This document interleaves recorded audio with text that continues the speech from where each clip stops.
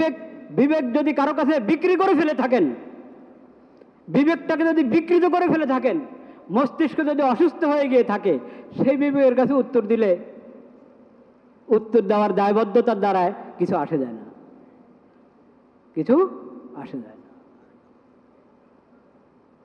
দেশের আইনের কাছে জবাব দিতে হবে।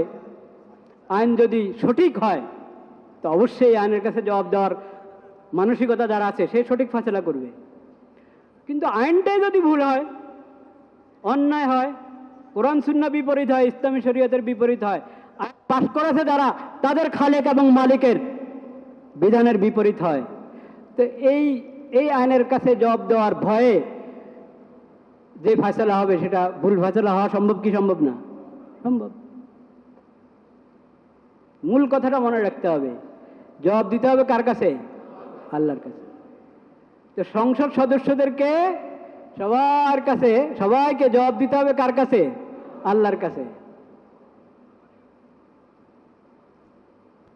যে সংবিধানের সংশোধন এবং সংস্কার ওনারা নিজেরা করেন, যে সংবিধানের সংস্কার কাজ ওনারা নিজেরা করেন, সেই সংবিধানের কাছে জবাব দেওয়া এটা তো বড় বিষয় হলো না। বড় বিষয় হলো জবাব দিতে হবে কার কাছে? আল্লাহর কাছে। আল্লাহর কাছে জবাব দিতে হবে। কাজেই আগের সরকার কোনো বিষয় স্থগিত করে গেছে, স্থগিত করে গেছে আগের সরকার, মনে আছে আপনাদের?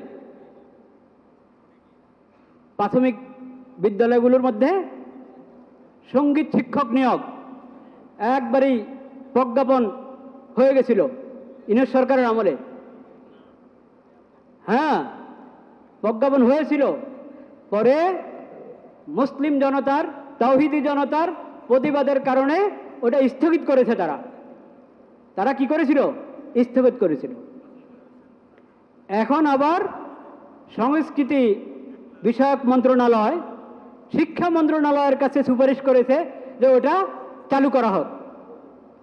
আপনারা চালুর পক্ষে না বিপক্ষে?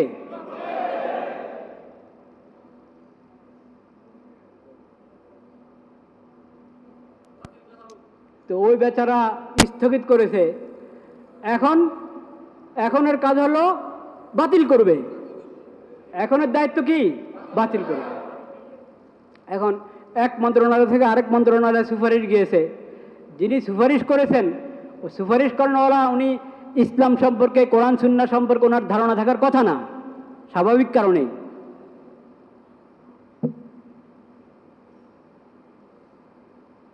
আপনারা খেয়াল করে শুনেন একটা কথা। ওই সময় বলা হয়েছিল সঙ্গীত, দেখেন অভিধানে যেটাকে গান বলা হয়, গান অভিধান, আবিধানিক অর্থে গান যেটা, ওই গানের মধ্যে ভালো আছে মন্দ, ভালো আছে মন্দ আছে, মানে ছন্দ। ভালো আছে কি? ছন্দ ব্যবহার করে যেই আপনার কথাগুলো বলা হয়, ওটার মধ্যে ভালো হতে পারে, খারাপও হতে পারে। যেটা ভালো ওটা ভালো, যেটা খারাপ ওটা কি? খারাপ। কিন্তু সঙ্গীত আর গান এক কথা না। সঙ্গীত আর গান এক কথা না। হুজুরের সঙ্গীতের বিরুদ্ধে কেন? সঙ্গীত কি জিনিস শুনেন? সঙ্গীতের মধ্যে তিনটা জিনিস আছে, কমপক্ষে তিনটা জিনিস হলে তো এটার নাম কি? সঙ্গীত। কি সঙ্গীতের জন্য এক নম্বর কি? গীত। গীতটাকে ধরে আবিধানিক হিসাবে তো ভালো মন্দ দুই ভাগে ভাগ হতে পারে, কিন্তু গীত আরেকটা কি? বাদ্য। বাদ্য তো বাদ্যযন্ত্র, বাজনা, এটার মধ্যে কি ভালো মন্দ দুই ভাগ আছে না পুরোটাই খারাপ? পুরোটাই মন্দ। আরেকটা হলো নৃত্য, মানে নাচ। আচ্ছা, শরীর চর্চা আর নাচ কি এক কথা? শরীর চর্চা এটা তো ভালো জিনিস, শরীর চর্চা ভালো জিনিস। এটা যদি নিয়ন্ত্রিত হয়, সুন্দর মতো হয়, এটা ভালো, এটার বিপক্ষে কেউ না, শরীয়তে আছে এটা।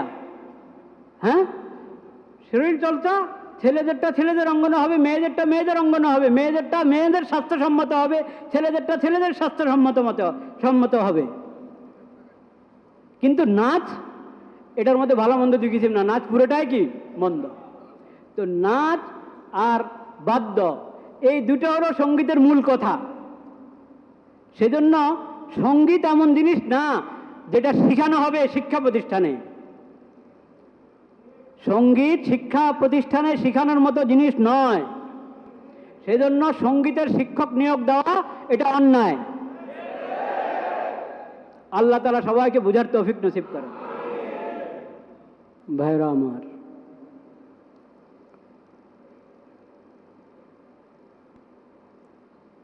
শাওয়ালুল মুকাররম এর দ্বিতীয় জুমা, আজ শাওয়ালের দ্বিতীয় জুমা। রমাদানুল মুবারকে সিয়াম এবং রাতের তারাবিহ তাহাজ্জুদের মাধ্যমে প্রতিটি মুসলিম, প্রতিটি মুমিন নতুন ঈমানি শক্তি, নতুন ঈমানি আলো নিয়ে তার তাকওয়া বর্ষ শুরু করেছে। সিয়ামের মধ্যে তাকওয়ার অনুশীলন করে শাওয়াল থেকে আরেক রমজান পর্যন্ত তাকওয়ার উপর যাতে চলতে পারে সেই ফিকির, সেই মোরাকাবা নিয়ে তো মুমিনের ঈমানি জিন্দেগি। তা আপনি বলতে পারেন এটা তাকওয়া বর্ষ। শাওয়ালটা তাকওয়া বর্ষের কি শুরু, ঈমানি বর্ষের শুরু। আর মুমিন রমজান মাসে পুরো বছরের জন্য ঈমানি শক্তি সঞ্চয় করে।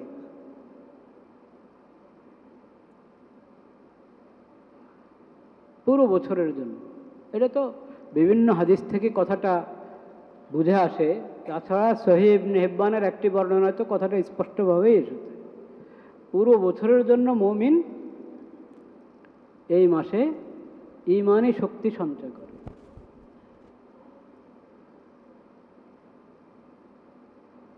তো এই ফিকিরটা যদি আমরা জাগ্রত রাখি দিলের মধ্যে, প্রত্যেকে নিজ নিজ অঙ্গনে,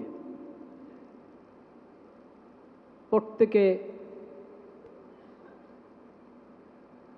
যার যার যে সীমা, কার্যসীমা, ওখানে আল্লাহর কি হুকুম তার প্রতি, আল্লাহর পক্ষ থেকে তার উপর কি দায়িত্ব,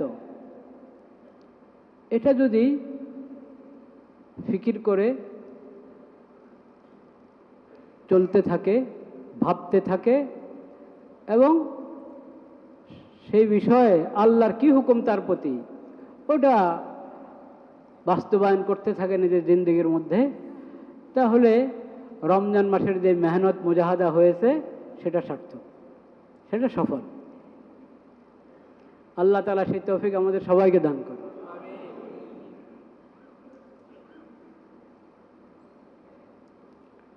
কি কি বিধান আমাদের প্রতি আল্লাহ তাআলার? দুই ধরনের বিধান আল্লাহ তাআলা দিয়েছেন। কিছু হলো সুনির্দিষ্ট বিধান, এটা ফরজ, এটা হারাম,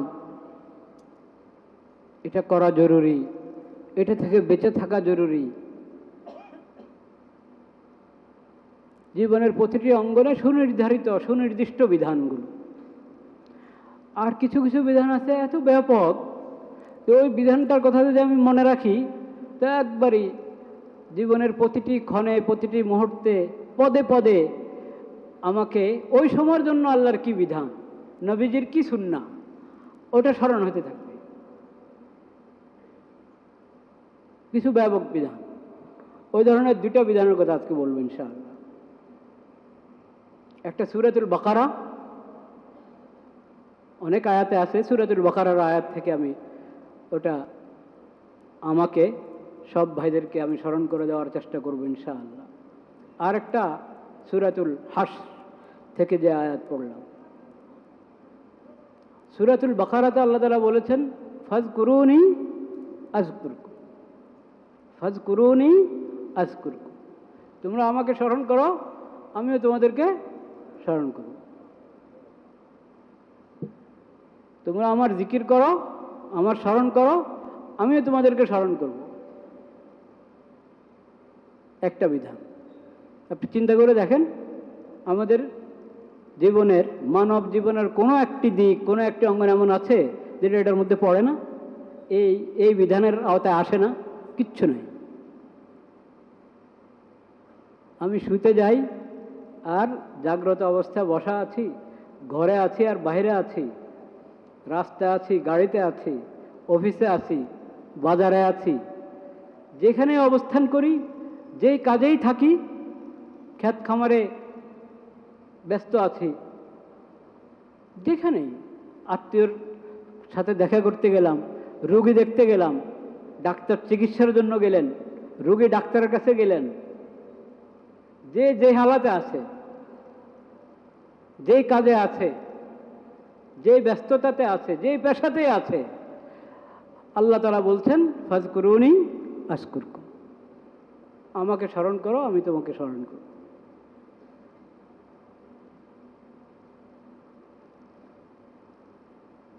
মসজিদে আসি, মসজিদ থেকে বের হয়ে গেলাম, মসজিদে আসছিলাম, সব জায়গায় তুমি আল্লাহকে স্মরণ করো যে আমি আল্লাহর বান্দা। এই সব কিছুর ব্যাপারে আল্লাহ তাআলা আমার রাহবরি করেছেন। আল্লাহ আমাকে, আল্লাহর যে বিধানগুলো, ও বিধান, সব বিধানগুলো হলো রাহবরি, আল্লাহর পক্ষ থেকে গাইড, হেদায়েত। কোনটা তোমার জন্য কল্যাণ, কোনটা অকল্যাণ, কোনটা একবারে হারাম। হারাম মানে হলো একবারে আত্মঘাতী, তুমি শেষ হয়ে গেলা। হারাম করলাম মানে নিজেকে শেষ করে দিলাম।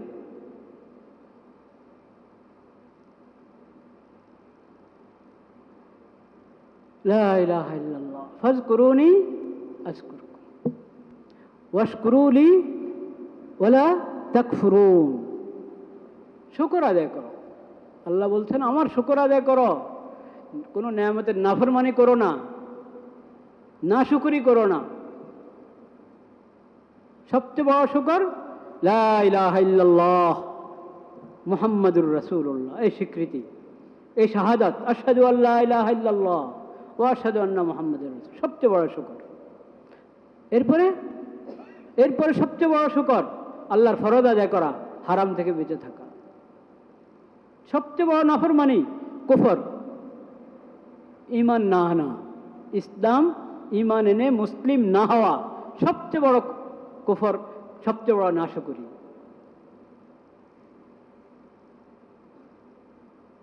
মুসলিম হলাম কিন্তু ইসলাম থেকে হালাল হারামের সবক গ্রহণ করলাম না, বৈধ অবৈধের সবক গ্রহণ করলাম না, তাহলে নাশকরি। এটাও কি? নাশকরি। আল্লাহ নেয়ামতের অন্যায় ব্যবহার, নাশকরি। এই যে একটা বিধান, আল্লাহকে স্মরণ করো, আল্লাহ তোমাকে স্মরণ করবেন, স্মরণে রাখবেন, মানে তোমাকে আল্লাহ হেফাজত করবেন, দুনিয়াতে সফলতা দিবেন, আখিরাতে মুক্তি দান করবেন, আল্লাহ তোমাকে হেফাজতে রাখবেন।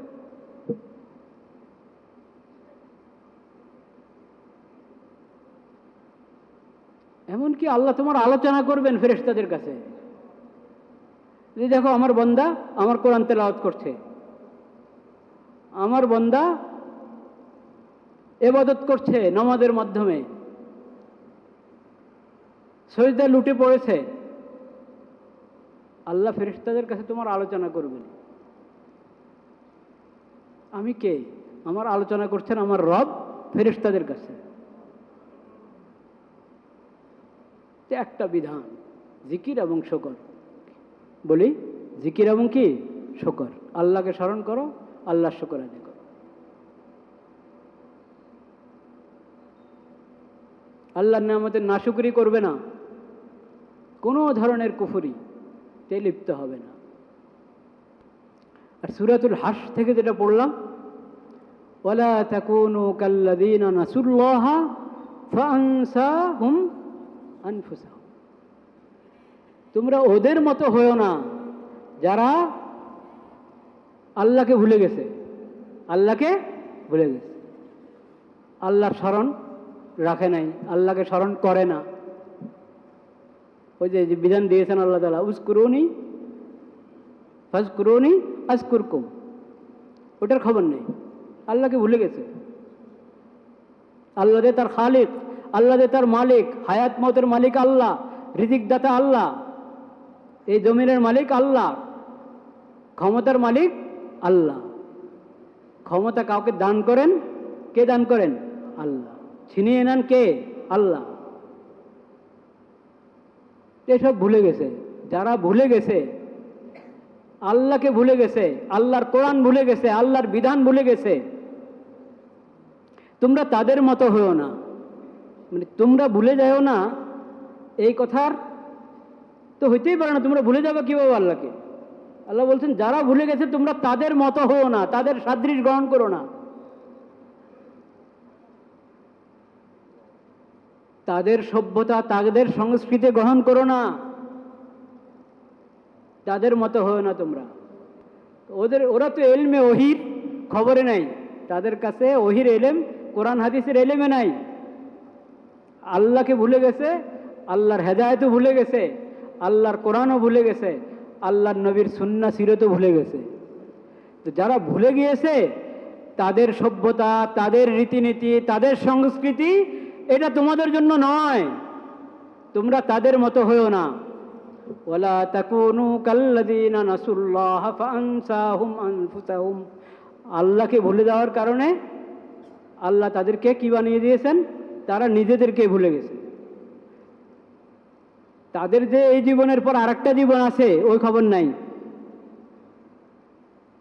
কোন সময় পাকড়া হয়ে যায় তাদের ওই খবর নাই, উদাসীন হয়ে গেছে। মনে করে যে তাকে ধরার মতো আর কাউ নাই, তাকে ধরার মতো আর কাউ নাই। সব ক্ষমতা কর্তৃত্বের মালিক হয়ে গেছে সে, তাকে কাউ ধরতে পারবে না। মান আসাদ্দু মিন্না কুওয়া, ভাবটা কি? তাদের ভাবটা হলো মান আসাদ্দু মিন্না, আমাদের চেয়ে বেশি শক্তি আর কার আছে? বলেন নাউযুবিল্লাহ। আল্লাহ তাআলা মানে এই যে অহংকার, এই অহংকার কত উত্তর হতে পারে? আল্লাহ সহজ উত্তরটা দিয়েছে। কুল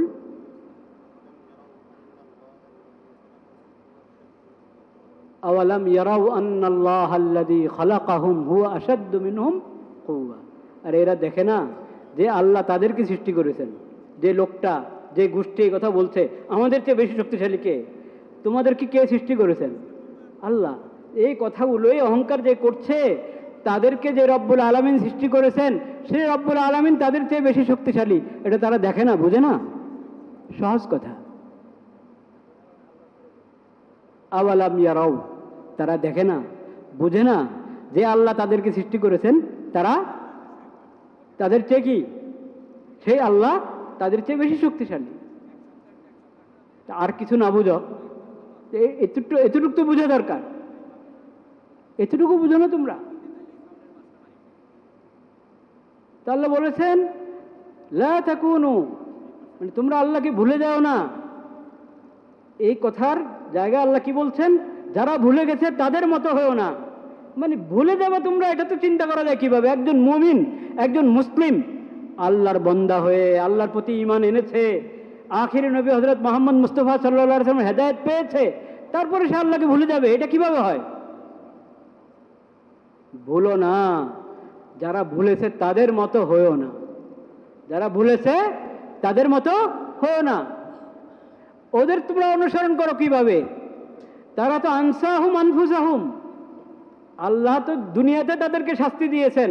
তারা যেহেতু আল্লাহকে ভুলে গিয়েছে, এজন্য দুনিয়াতে আল্লাহ নগদ শাস্তি দিয়ে দিয়েছেন যে আল্লাহ তাআলা তাদেরকে এমন উদাসীন বানিয়ে দিয়েছেন যে তারা নিজের ব্যাপারে উদাসীন হয়ে গেছে, নিজেকে ভুলে গেছে, নিজের আখিরাত ভুলে গেছে, নিজের ভবিষ্যৎ ভুলে গেছে। তাদের মতো তোমরা হও না। এই দুটা বিধান আজকে আমাদের ঈমানি বর্ষ, তাকওয়া বর্ষ। এটা আবার বলেন না যে একবারে কোনো নতুন পরিভাষা বানিয়ে দিচ্ছি, তা না। এটা নতুন পরিভাষা বানাচ্ছি না। এটা হলো রমজানে যে এই তাকওয়ার অনুশীলন করেছি, সেই অনুশীলনের কথা আমি আমাকে সবাইকে স্মরণ করিয়ে দিচ্ছি, স্মরণ করিয়ে দিচ্ছি। এই 2 সপ্তাহ যাতে না যায়, যদি রমজানে যে তাকওয়ার অনুশীলন করলাম এটা যদি ভুলে যাই তাহলে হলো? সুন্দর কাজ হলো? এটা ভুলে যাবে না। ইমানকে তাজা রাখি।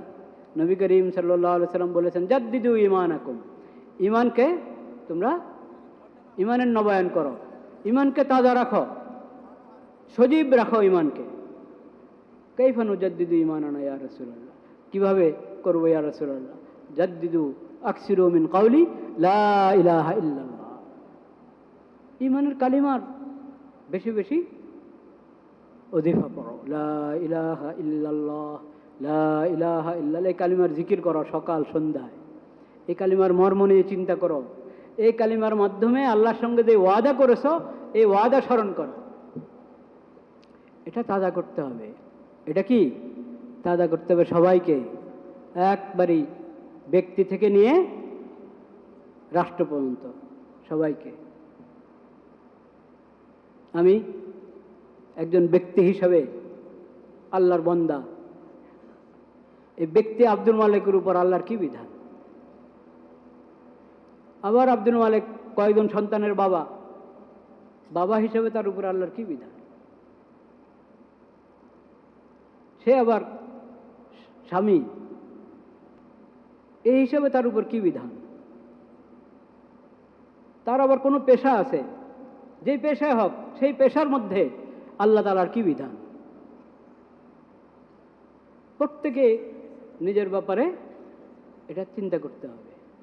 এটা জিকির, যেরকম সুবহানাল্লাহ, আলহামদুলিল্লাহ, লা ইলাহা ইল্লাল্লাহ, আল্লাহু আকবার, এইভাবে তাসবিহ, ইস্তিগফার, দুরূদ শরীফ, এই জিকির পাঠ করা যেমন ইবাদত, এরকম আল্লাহকে স্মরণ করা, কোন সময় কোন হালাতে আল্লাহর কি বিধান আমার উপর, কোন হিসাবে আমার উপর আল্লাহর কি বিধান বর্তাচ্ছে, এটা জাগ্রত রাখা অন্তরে, এটা এটা এটা মনে রাখা, এটার বাস্তবায়ন করা, এটাও জিকির। এটাও অনেক বড় নেক আমল। এটা ফরজ, এটা ফরজ। আল্লাহ তাআলা আমাদেরকে সে তৌফিক দান করেন। যেমন ব্যক্তি হিসেবে বিধান আসছে, সমাজের একজন সদস্য, সমাজের গুরুত্বপূর্ণ ব্যক্তি, সমাজের লোকজন তার কথা উঠে বসে, তাকে গুরুত্ব দেয়, সে যেদিকে মোড় নেয় অনেক মানুষ ওদিকে মোড় নেয়, এমন ব্যক্তির উপরে দায় দায়িত্ব আরো বেশি কিনা? বেশি। তার দায়, তার আচরণ, তার অবলম্বন, এই সব কিছু বুঝে শুনে হইতে হবে, বুঝে শুনে হইতে হবে। তোমার কথা আরো 10 জন চলছে,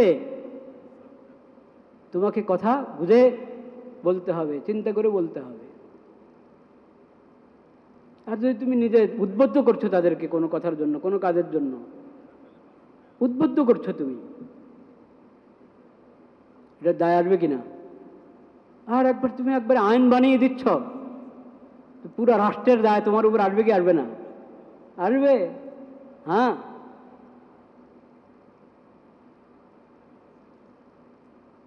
যত আপনি ব্যক্তি থেকে আরো উপরের দিকে যাবেন তত আপনার কাজ কাম, কথা, আচরণ আপনি করবেন, বর্জন করবেন।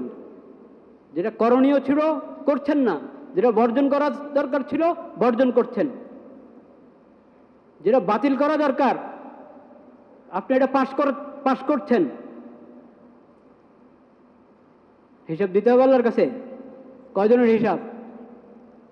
সাধারণ একজন মানুষ যদি একজনের হিসাব দিতে হয়, যার কোনো আইন পাশ করার দ্বারায় আইন যদি এটা ভুল হয়, অন্যায় হয়, আল্লাহ রসুলের বিধান পরিপন্থী হয়, এই আইন পাশ করলো, এই আইন পাশ করা হলো, এই আইন 16 কোটি মানুষ বা বেশ কম, ওই সব মানুষ এই একটা গলত আইনের আওতায় আসলো, আর এটাকে সহি মনে করে কেউ আমল করলো, কে জবাব দিতে হবে?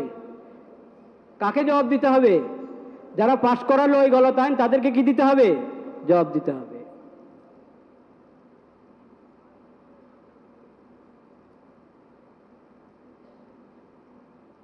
একবার এক বিচারপতি, সুপ্রিম কোর্টের এক বিচারপতি একবার, হাইকোর্টের এক বিচারপতি একবার বলেছিলেন, সুপ্রিম কোর্টেরও বটে, যে হাইকোর্টের প্রধান হবে কি সুপ্রিম কোর্টের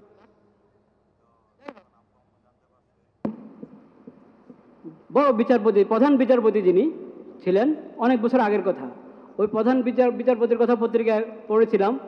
উনি বলেছেন বিচারককে জবাব দিতে হবে দেশের আইনের সামনে, জবাব দিতে হবে নিজের জমির কি বিবেকের কাছে জবাব দিতে হবে, দেশের আইনের কাছে জবাব দিতে হবে। হ্যাঁ, বড় প্রসঙ্গটা ভুলে উনি বলেন নাই, ভুলে বলেন নাই বা ধরি নেই, এটাই ধরবো, ভুলে বলেন নাই, বড় প্রসঙ্গটা বলেন নাই। কার কাছে জবাব দিতে হবে? আল্লাহর কাছে জবাব দিতে হবে, বিবেকের কাছে জবাব দিতে হবে। যদি বিবেক সুস্থ থাকে তো এই বিবেকের কাছে জবাব দিলে, জবাব দেওয়ার চিন্তা করলে আপনি হয়তো অন্যায় করবেন না, গলত ফয়সালা করবেন না। কিন্তু বিবেক যদি বিকৃত হয়ে থাকে, বিবেক যদি কারো কাছে বিক্রি করে ফেলে থাকেন, বিবেকটাকে যদি বিকৃত করে ফেলে থাকেন, মস্তিষ্ক যদি অসুস্থ হয়ে গিয়ে থাকে, সেই বিবেকের কাছে উত্তর দিলে উত্তর দেওয়ার দায়বদ্ধতার দ্বারায় কিছু আসে যায় না, কিছু আসে যায় না। দেশের আইনের কাছে জবাব দিতে হবে। আইন যদি সঠিক হয় তো অবশ্যই আইনের কাছে জবাব দেওয়ার মানসিকতা যারা আছে সে সঠিক ফয়সালা করবে। কিন্তু আইনটাই যদি ভুল হয়, অন্যায় হয়, কোরআন সুন্নাহ বিপরীত হয়, ইসলামী শরীয়তের বিপরীত হয়, আইন পাশ করেছে যারা তাদের খালেক এবং মালিকের বিধানের বিপরীত হয়, তো এই আইনের কাছে জবাব দেওয়ার ভয়ে যে ফয়সালা হবে সেটা ভুল ফয়সালা হওয়া সম্ভব কি সম্ভব না? সম্ভব। মূল কথাটা মনে রাখতে হবে, জবাব দিতে হবে কার কাছে? আল্লাহর কাছে। তো সংসদ সদস্যদেরকে সবার কাছে, সবাইকে জবাব দিতে হবে কার কাছে? আল্লাহর কাছে। যে সংবিধানের সংশোধন এবং সংস্কার ওনারা নিজেরা করেন, যে সংবিধানের সংস্কারের কাজ ওনারা নিজেরা করেন, সেই সংবিধানের কাছে জবাব দেওয়া এটা তো বড় বিষয় হলো না। বড় বিষয় হলো জবাব দিতে হবে কার কাছে? আল্লাহর কাছে। আল্লাহর কাছে জবাব দিতে হবে। কাজেই আগের সরকার কোনো বিষয় স্থগিত করে গেছে, আগের সরকার, মনে আছে আপনাদের? প্রাথমিক বিদ্যালয়গুলোর মধ্যে সঙ্গীত শিক্ষক নিয়োগ একবারই প্রজ্ঞাপন হয়ে গেছিল ইউনূস সরকারের আমলে। হ্যাঁ, প্রজ্ঞাপন হয়েছিল। পরে মুসলিম জনতার, তাওহীদি জনতার প্রতিবাদের কারণে ওটা স্থগিত করেছে। তারা কি করেছিল? স্থগিত করেছিল। এখন আবার সংস্কৃতি বিষয়ক মন্ত্রণালয়, শিক্ষা মন্ত্রণালয়ের কাছে সুপারিশ করেছে যে ওটা চালু করা হোক। আপনারা চালুর পক্ষে না বিপক্ষে?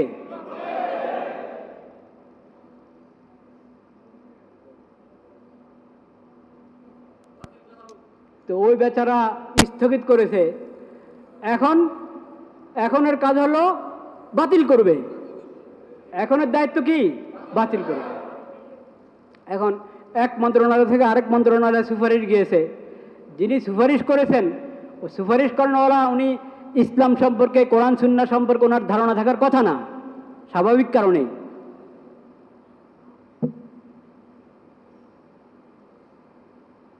আপনারা খেয়াল করে শুনেন একটা কথা। ওই সময় বলা হয়েছিল সঙ্গীত, দেখেন অভিধানে যেটাকে গান বলা হয়, গান অভিধান, আবিধানিক অর্থে গান যেটা, ওই গানের মধ্যে ভালো আছে মন্দ আছে, মানে ছন্দ। ভালো আছে কি? ছন্দ ব্যবহার করে যেই আপনার কথাগুলো বলা হয়, ওটার মধ্যে ভালো হতে পারে, খারাপও হতে পারে। যেটা ভালো ওটা ভালো, যেটা খারাপ ওটা কি? খারাপ। কিন্তু সঙ্গীত আর গান এক কথা না। হুজুরের সঙ্গীতের বিরুদ্ধে কেন? সঙ্গীত কি জিনিস শুনেন। সঙ্গীতের মধ্যে তিনটা জিনিস আছে, কমপক্ষে তিনটা জিনিস হলে তো এটার নাম কি সঙ্গীত। কি সঙ্গীতের জন্য এক নম্বর কি গীত। গীতটাকে ধরে আবিধানিক হিসাবে তো ভালো মন্দ দুই ভাগে ভাগ হতে পারে, কিন্তু গীত আরেকটা কি বাদ্য। বাদ্য তো বাদ্যযন্ত্র বাজনা, এটার মধ্যে কি ভালো মন্দ দুই ভাগ আছে না পুরোটাই খারাপ, পুরোটাই মন্দ। আরেকটা হলো নৃত্য মানে নাচ। আচ্ছা, শরীর চর্চা আর নাচ কি এক কথা? শরীর চর্চা এটা তো ভালো জিনিস, শরীর চর্চা ভালো জিনিস, এটা যদি নিয়ন্ত্রিত হয় সুন্দর মতো হয় এটা ভালো, এটার বিপক্ষে কেউ না, শরীয়তে আছে এটা। হ্যাঁ, শরীর চর্চা ছেলেদেরটা ছেলেদের অঙ্গনে হবে, মেয়েদেরটা মেয়েদের অঙ্গনে হবে, মেয়েদেরটা মেয়েদের স্বাস্থ্যসম্মত হবে, ছেলেদেরটা ছেলেদের সম্মত হবে। কিন্তু নাচ এটার মধ্যে ভালো মন্দ দুই কিছু না, নাচ পুরোটাই কি মন্দ। তো নাচ আর বাদ্য এই দুটো হলো সঙ্গীতের মূল কথা। সেজন্য সঙ্গীত এমন জিনিস না যেটা শেখানো হবে শিক্ষা প্রতিষ্ঠানে। সঙ্গীত শিক্ষা প্রতিষ্ঠানে শেখানোর মতো জিনিস নয়, সেজন্য সঙ্গীতের শিক্ষক নিয়োগ দেওয়া এটা অন্যায়। আল্লাহ তাআলা সবাইকে বুঝার তৌফিক নসিব করেন। করবেন তাদের এটা মনে রাখতে হবে, তাদের এটা মনে রাখতে হবে জনগণ ওনাদেরকে ভোট দিয়ে পাশ করেছেন, কাজে জনগণের মতামত রক্ষা করা, মন রক্ষা করা, জনগণের এই মূল্যবোধ রক্ষা করা তাদের দায়িত্ব, তাদের দায়িত্ব।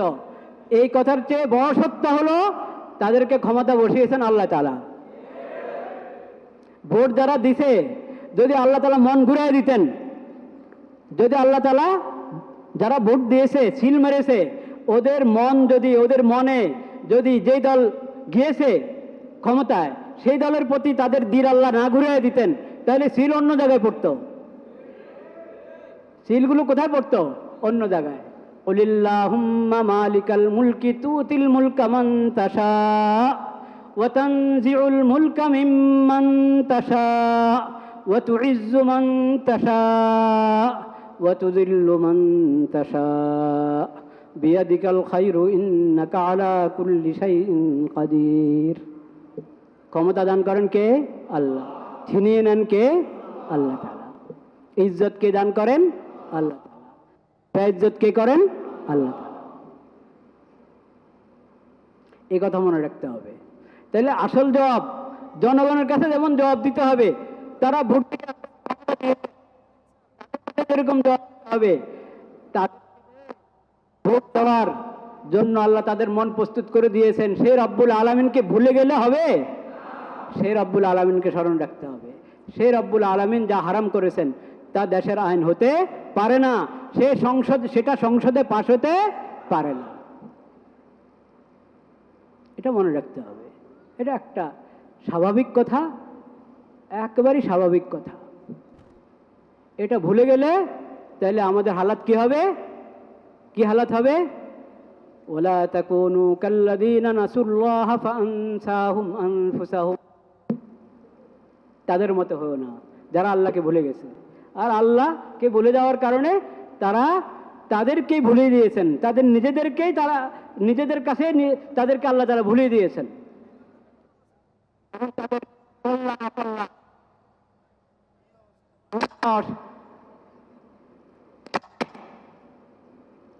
লা ইলাহা ইল্লাল্লাহ, লা ইলাহা ইল্লাল্লাহ, লা ইলাহা ইল্লাল্লাহ, আস্তাগফিরুল্লাহ, আস্তাগফিরুল্লাহ, আস্তাগফিরুল্লাহ আল্লাযী লা ইলাহা ইল্লা হুয়াল হাইয়ুল কাইয়্যুম ওয়া আতুবু ইলাইহি। ভাইরা আমার, দেখেন, সংস্কৃতি বিষয়ক মন্ত্রণালয়, এটাও বোঝা দরকার সংস্কৃতি কাকে বলে।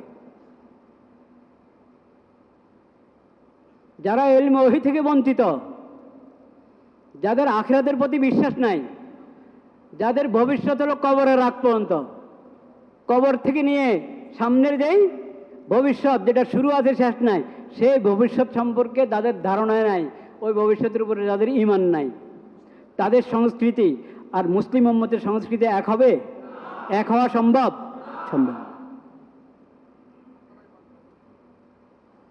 তো আমাদের সংস্কৃতি বিষয়ক মন্ত্রণালয়কে প্রথমে বুঝতে হবে সংস্কৃতি কাকে বলে। দেশে অমুসলিমও আছে, দেশে অমুসলিমও আছে। যে অমুসলিমরা আছে তাদের সংস্কৃতি কি সেটা তাদের কাছ থেকে জেনে নেন।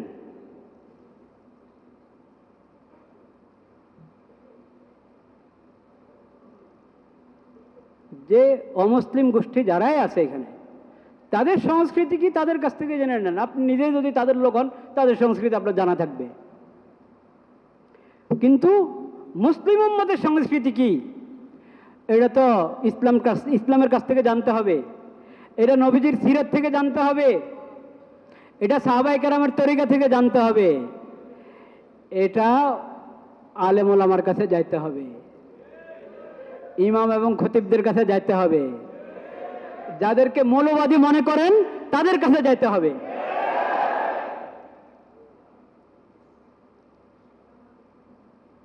তাদের কাছ থেকে জানতে হবে। সংস্কৃতি বিষয়ক মন্ত্রণালয় যদি মুসলিম উম্মতের সংস্কৃতি, মুসলিম উম্মতের সভ্যতা সম্পর্কে না জানে তাহলে উনি ওনার মন্ত্রণালয়ের দায়িত্ব পালন করা হবে না, ওনার সম্ভব না।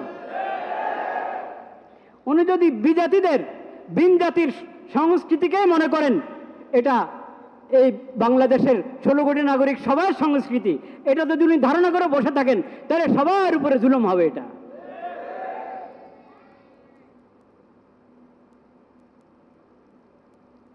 কেন কথাটা বললাম জানেন?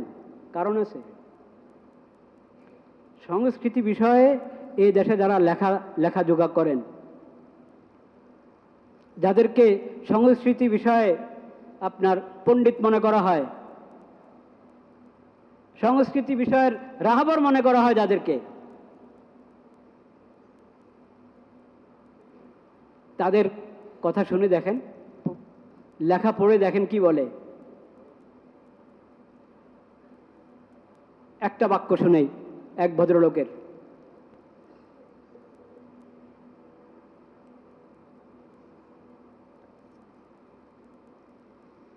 লা ইলাহা ইল্লাল্লাহ, সংস্কৃতি কথা, মোতাহের হোসেন চৌধুরী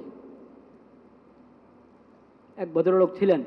উনি কিন্তু অমুসলিম না, মানে মুসলিম হিসাবে পরিচিতি ছিল ওনার, মুসলমান হিসাবে উনি মনে করতেন নিজেকে মুসলমান। ইসলাম সম্পর্কে কতটুকু জেনেছেন, শিখেছেন, গ্রহণ করেছেন সে আরেক প্রসঙ্গ, কিন্তু নিজেকে মুসলিম মনে করতেন উনি। এখন কবরে চলে গেছেন, ইমানের হালাতে গিয়ে থাকলে আল্লাহ মাগফিরাত করেন, সেই দোয়া আমরা করব। কিন্তু কথা কি শুনেন, উনি বলেন ধর্ম সাধারণ লোকের কালচার। কবার বলবেন নাউযুবিল্লাহ? ধর্ম সাধারণ লোকের কালচার, আর কালচার শিক্ষিত মার্জিত লোকের ধর্ম। যারা শিক্ষিত লোক, মার্জিত লোক, হ্যাঁ, তাদের কালচারটা হলো ধর্ম।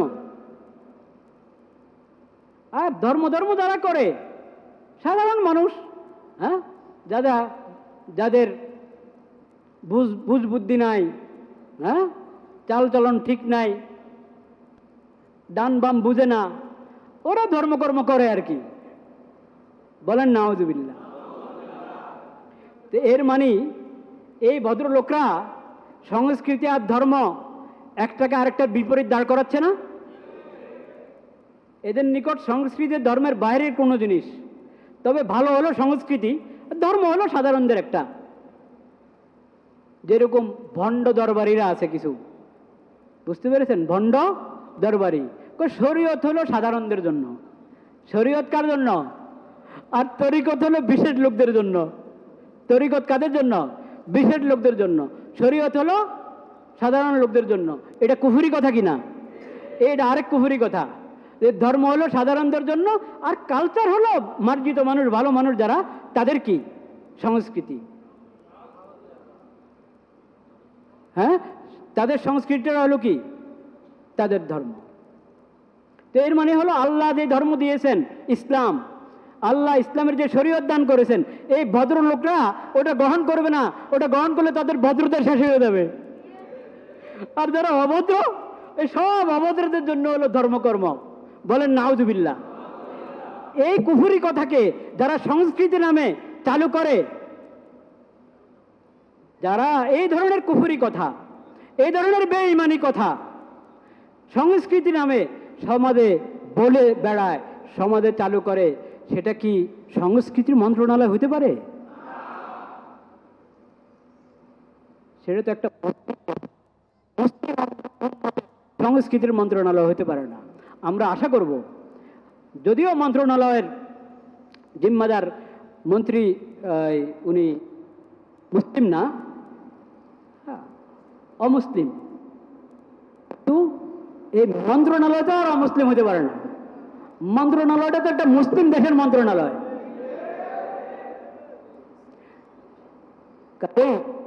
প্রধানমন্ত্রী, মাননীয় প্রধানমন্ত্রী সহ সকল দায়িত্বশীলদের এটা মনে রাখতে হবে, মুসলিম দেশের যে কোনো মন্ত্রণালয় ওটা ইসলামের অধীনে থাকবে, কোরআন সুন্নাহর অধীনে থাকবে, নবীজির সিরাতের অধীনে থাকবে।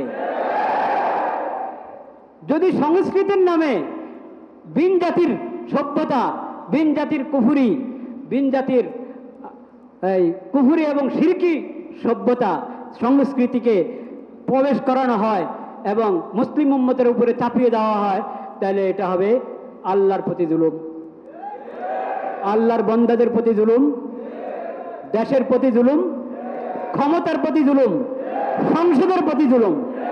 আল্লাহ তাআলা সব প্রকারের জুলুম থেকে, সকল জুলুম থেকে সবাইকে হেফাজত করেন। ওয়া আখিরু দাওয়ানা আলহামদুলিল্লাহি রাব্বিল আলামিন।